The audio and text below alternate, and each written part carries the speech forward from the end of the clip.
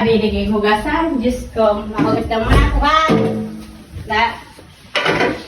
Sige na siya ng kalat kan mga hugasan, DJ. Dahil lamang na hugasan. Ako muyaw sa napir ni paghugas. Kumain na kayo? Dahil sabi ito nyeng. Ay, hindi ka pa kumain. Ba't di ka pa kumakain? Ayaw ko kumain eh. Busog ka ako eh. Ah, busog ka pa.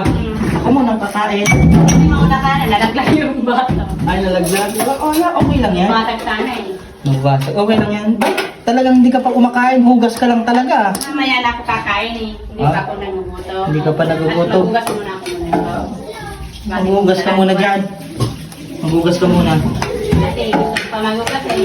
Gusto mo pa maghugas? Oo. Nasasayang ka sa paghugas ah. Hindi na ako nahiya. Ah. Ganyan ako dito sa bahay nyo. Buti. Dito ako. Ah, masipag, masipag. Yan ang gusto ko, masipag. Gusto ko nga magtulong dito sa inyo eh. Ayaw naman ni mother me. Tonyang, parang nagre-reklamo ka. Hindi naman ako masyadong mareklamo eh. Busan mo nga ako ng tubig.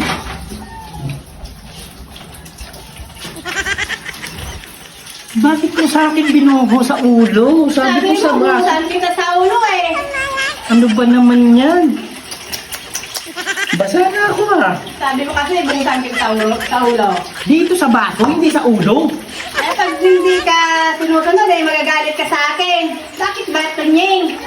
Oh, hindi na ako magalit. Ikaw na nagagalit. O sige na, doon ka na nagagalit. Sige, okay lang. Binuhusan mo ako sa ulo. Ano ba naman yun, Ton? Wala akong magagawa to ni. Pag sinusunod kita eh, hindi mo ako susundin. O sige na, sige, doon ka na, doon ka na, doon ka. Doon